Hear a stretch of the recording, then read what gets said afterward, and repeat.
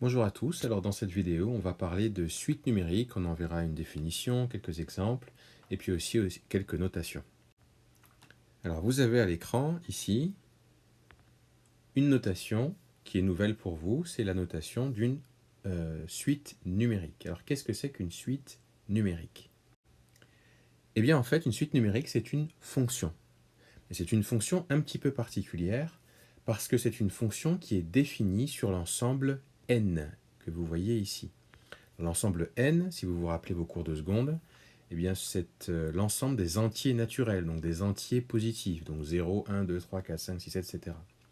Donc une suite numérique, comme celle-ci, c'est une fonction qui est définie sur n. Ça signifie donc que notre petit n qui est là, il ne peut prendre que les valeurs d'entiers positifs, donc 0, 1, 2, 3, 4, 5, 6, 7, etc. Par contre, la valeur que l'on obtient en faisant le calcul ici, n carré moins 1, ça peut être un nombre qui sera réel. Donc c'est pour ça qu'on peut dire que notre suite numérique, c'est une fonction qui est définie sur l'ensemble des naturels, mais qui prend des valeurs dans l'ensemble des réels. Alors comment trouver toutes ces valeurs justement? Eh bien, c'est ce que je vais vous montrer maintenant. Et toutes ces valeurs que la suite numérique peut prendre, on les appellera les différents termes de la suite numérique. Donc on a ici l'exemple un est égal à n carré moins 1 et on se demande quelles sont les différentes valeurs que je peux obtenir de ma suite numérique. Autrement dit, quels sont les différents termes de ma suite numérique. Alors pour trouver les termes, on va essayer d'abord de s'interroger et de savoir quel est le premier terme de la suite numérique. Pour connaître le premier terme, il faut se rappeler qu'elle est définie sur l'ensemble des naturels et quel est le premier nombre le plus petit des entiers naturels. Eh bien c'est 0. Donc en fait, pour trouver mon premier terme de ma suite numérique, je vais remplacer mon petit n par 0. Je vais donc écrire u0 à la place de un est égal à, et je remplace mon petit n par 0 aussi, 0 carré moins 1, et ça fait moins 1. Je peux donc dire que le premier terme de ma suite numérique, c'est u0 qui est égal à moins 1. Comment maintenant calculer le deuxième terme de ma suite numérique? Bien, quel est le nombre qui vient juste après 0 dans l'ensemble des naturels? Bien, c'est le 1.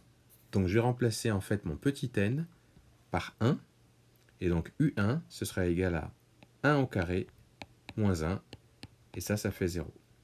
Donc le deuxième terme de ma suite numérique, c'est u1 qui fait 0. Alors attention, ça peut paraître un petit peu... on peut confondre un petit peu, on peut se dire, tiens, c'est bizarre, u1, ça devrait être le premier terme.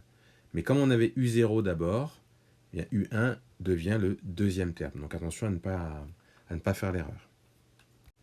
On peut même calculer le troisième terme. Cette fois-ci, ce sera donc u2. Je remplace donc mon n par 2.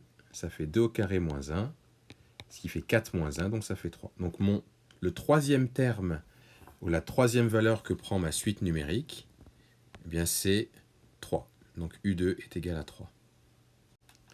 Alors, considérons maintenant un autre exemple. Alors cette fois-ci, j'ai un qui est égal à 1 sur n-3 pour n supérieur ou égal à 4. Alors là, cette fois-ci, il va y avoir un petit changement par rapport au premier terme. Cette fois-ci, notre suite, elle n'est pas définie sur l'ensemble des naturels. Donc le premier terme, ce ne sera pas u0. Là, cette fois-ci, notre n, il est supérieur ou égal à 4. Ça veut dire que le plus petit n possible, ça va être 4. Donc notre premier terme, ici, ça va être u4. Et pour calculer u4, eh bien, je remplace n par 4, c'est-à-dire que je fais 1 sur 4 moins 3, et ça fait 1 sur 1, donc ça fait 1. Donc dans cet exemple de suite, le premier terme, c'est u4, qui est égal à 1. Alors on va voir maintenant juste quelques notations concernant les suites. Alors ce qu'on écrit comme ça, un, ça peut vouloir dire plusieurs choses. Un comme ça s'appelle le terme général de la suite, ou ça s'appelle le terme de rang n. Tout à l'heure, on a parlé de U0, U3, U4, peu importe. Donc par exemple, quand je dis U2, ça veut dire que je prends le terme de rang 2.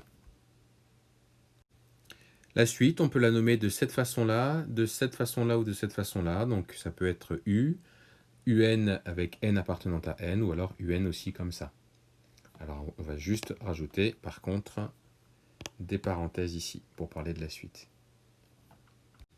Et puis ce qu'on appelle le terme d'indice n, on peut l'écrire comme ça, le terme d'indice n, ou alors comme ceci. Voilà, donc ça c'est quelques notations dont vous prendrez l'habitude avec les exercices que l'on va faire sur les suites. Donc c'est une première vidéo, juste d'introduction, définition et notation sur les suites numériques.